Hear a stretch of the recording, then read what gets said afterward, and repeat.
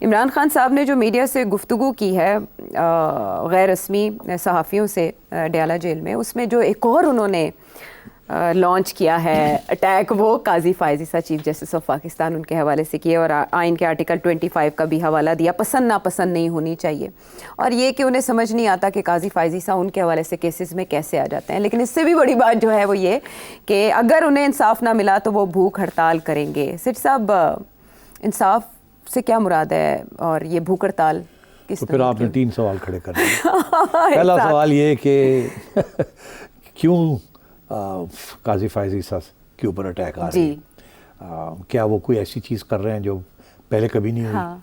दूसरा आपका सवाल का भूख हड़ताल।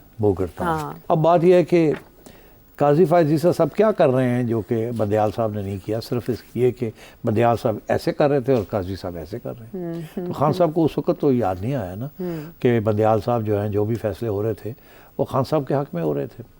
अब ये है कि इल्ज़ाम ये है कि काजी फायज़ ईसा साहब हर बेंच पे बैठ जाते हैं और उसको मैनिपुलेट करने की कोशिश करें, यही इल्ज़ाम है ना खान साहब का।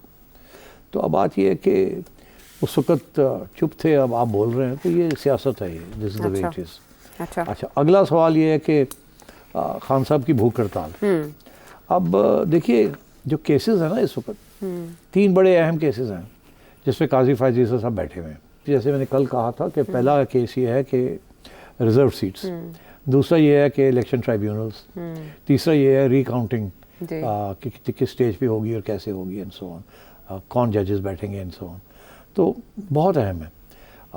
अगर ये जजमेंट जाती है ख़िलाफ़ रिज़र्व सीट्स के और खान साहब को रिज़र्व सीट्स नहीं मिलती जी, तो उसके साथ एक सिचुएशन बनेगी, और अगर खान साहब को वो सीटें मिल जाती हैं तो फिर एक और सिचुएशन बनेगी। ये हमने पहले भी डिस्कस किया। तो दिस इज़ क्रिटिकल।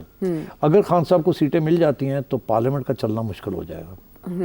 अगर खान साहब को नहीं मिलती तो इनको 2/3 मेजॉरिटी मिल जाएगी, ये फिर धक्के लगा के बहुत कुछ कर सकते हैं कानूनी तौर पे जी। तो फिर जब वो कानूनी तौर पे करेंगे तो उस वक्त फिर और अदालतों के अंदर केसेस, हर चीज़ के ऊपर केस खुलेगा, ठीक है, और काजी साहब बैठे होंगे तो काजी साहब जो है उसको फिर मीडिएट करेंगे। तो ये इसलिए this is a very important case. Similarly ये जो था जिसमें अब गवर्नमेंट ने कानून बना दिया है कि जी रिटायर्ड जजेस होंगे ट्राइब्यूनल्स में, ये भी बहुत अहम था, मगर इस पर काजी साहब ने थोड़ी सी स्पेस दे दी कि स्टे दे दिया।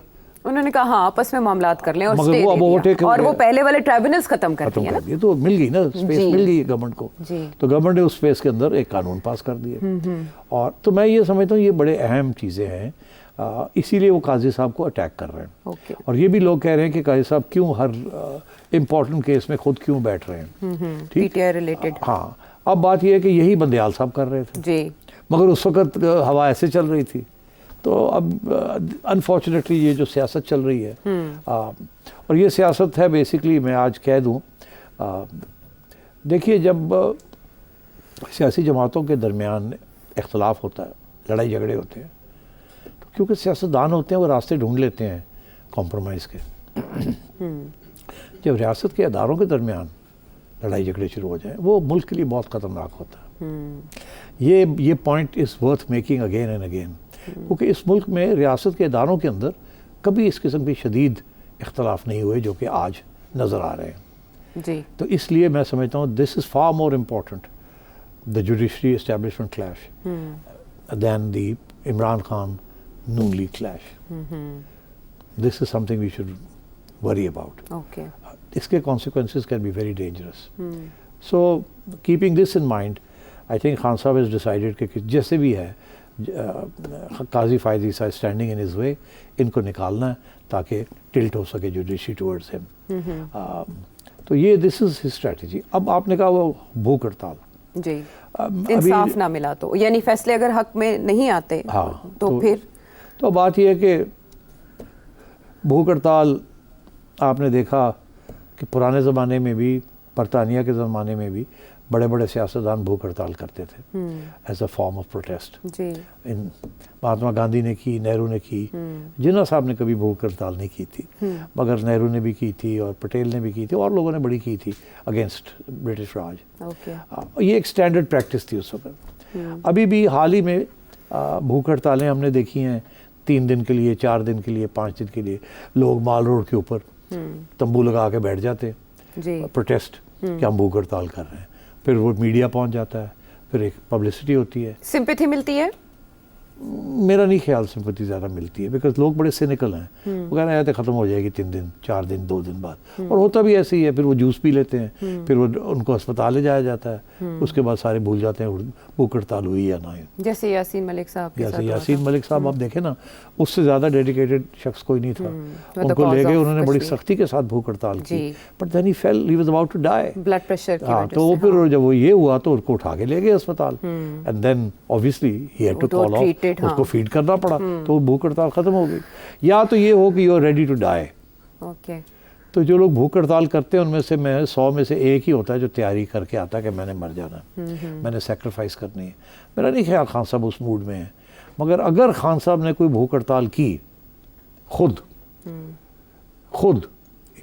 कि जी मुझे जज को चेंज करो और मैं भूख हड़ताल कर रहा हूँ ठीक और है। मैं नहीं हटूंगा जब तक ये होता नहीं है, that could create a very serious issue for PTI. For PTI. Yes, उसकी वजह यह है कि जज तब्दील नहीं होगा, एस्टैब्लिशमेंट पीछे नहीं हटेगी, गवर्नमेंट इसको समझाने की कोशिश करेगी, और eventually he have to be taken to the hospital. या तो ये ही हैज टू ब्रेक हिज भूख हड़ताल, which will not look good. Khan बड़ा तकड़ा आदमी है, नो वो डाउट। बड़ा सोच के करेगा कि अब मैं अगर करने लगाऊं तो फिर ये Stamina तो खान साहब का वैसे ही। डू एंड डाई है। या मगर खान साहब को इस बात का पता होना चाहिए कि दूसरी तरफ भी इसी किस्म का स्ट्रॉन्ग नर्व्स हैं उधर। स्ट्रॉन्ग नर्व्स के अलावा डेस्परेशन भी तो है ना, हाँ। बहुत कुछ एट स्टेक है। ठीक। तो इसलिए it's not the government and establishment will not yield, पीछे नहीं हटेंगे, वो कहेंगे करना तो करना। हाँ। तो मैं ये समझता हूँ this would be another disaster. यानी फायर बैक कर लेगा, फेल हो जाएगा। तो ये मेरा नहीं chances ख्याल हैं। खान साहब भूख हड़ताल करेंगे Okay. उस किस्म की। हाँ। एक और साथ ही अगर उन्होंने अपने साथियों को कहा कि वो करें, वो बेचारे थोड़ी बहुत करेंगे, उसके बाद फारग हो जाएंगे। तो काजी फायजी साहब पोजीशन चेंज करेंगे? नहीं, ओके। सेठी साहब तब्दीली आ नहीं रही, तब्दीली आ गई है। हाँ तब्दीली आ गई है, यूके में आ गई है। यूके में आ गई है मदर डेमोक्रेसी हमारी, जिनसे हमने ये नहीं सीखा कि इंतखाब में हार कैसे मानते हैं, ग्रेसफुली शिकस्त को तस्लीम कैसे करते हैं। ये आज नज़ारा देखने को जब मिला ना तो दिल बाग बाग हो गया। मगर आशा यूके में तो हमेशा ऐसे ही होता है, क्योंकि ये कोई नई बात तो नहीं है। हमेशा से ऐसे हुआ? ऐसे ही हमेशा ऐसे ही होता है। अच्छा। जब वो आराम से स्टेप असाइड हो जाते हैं और वो जो नया प्राइम मिनिस्टर है वो चला जाता है क्वीन को मिलने, अच्छा। और ख़त्म हो जाती है अब बात। तो किंग को मिले। अब तो क्वीन को मिलेंगे। तो ये ऐसे ही Long है। live, सो आई हाँ। Don't think this is surprising. अच्छा। ये यूरोपियन कंट्रीज़ के अंदर वो अमेरिका में जो हुआ और जो पाकिस्तान में होता है वो नहीं होता। अच्छा। डोनाल्ड ट्रंप ने जो किया था ना, हाँ। वो वहीं हो सकता था। वहाँ भी लोग शॉक में चले गए थे जी। कि डोनाल्ड ट्रंप ने ये क्या किया है पिछली इलेक्शन में जब वो हारा था। हाँ। तो इसलिए यूरोप में भी नहीं होता, बड़ी एटिकेट और बड़े तरीके के सारा कुछ ट्रांसफर ऑफ पावर होती है, और यूके में तो बहुत ज़्यादा पोलाइटनेस के साथ होती है। तो ये कोई नई बात नहीं है। लेकिन बड़ा अच्छा महसूस हुआ, और दुआ ये दिल से निकली कि हम भी उसको रेसिप्रोकेट करें, यहाँ पर भी कुछ ऐसे मुजाहरे देखने को मिले। चले वो छोड़ें ख्वाहिशात, वो कहते हैं ना if the wishes were horses. लेकिन आपने जो यूरोप की मिसाल दी और अमेरिका की, उससे हट के पॉलिटिक्स हमने यहाँ पर रिफ्लेक्ट होती देखी है यूके में, कि 14 साल बाद एक पार्टी का कमबैक हुआ, और केयर स्टार्मर उन्होंने जैसे पार्टी को एक नई रूह उसमें फूकी है, और अब वो वज़ीर आज़म बन चुके हैं बरतानिया के। तो ऋषि सुनक की पॉलिसीज को डिजास्टर्स कहा जा रहा है और गुड रिडेंस के आर्टिकल्स लिखे जा रहे हैं, but for you how is this change gonna be? देखिए, पहली बात यह है कि ऋषि सुनक को गुड रिडेंस नहीं कहा जा रहा, Conservative Party Conservative Party, because Conservative Party के जो पिछले 3 प्राइम मिनिस्टर रहे हैं they have been disasters. Boris Johnson was a disaster, Liz Truss was a disaster, और अब Rishi is been a disaster. देखिए, जितने कंजर्वेटिव पार्टी में निकले हैं ना, पर्सनल लेवल के भी, फ्रॉम कोविड के ज़माने में पार्टियां हो रही थी 10 डाउनिंग स्ट्रीट में, और इंग्लैंड के अंदर ये चीज़ें बड़ी अहम, इसको बड़ी सीरियसली लिया जाता है, बड़ी एटिकेट है ना वहाँ। या और इसी तरीके के साथ लिज ट्रस ने जिस किस्म की 6 हफ्ते रही है या बहरहाल 10 हफ्ते रही है वो, वेरी शॉर्ट पीरियड, हाँ वेरी शॉर्ट पीरियड, और उसके she just couldn't manage it.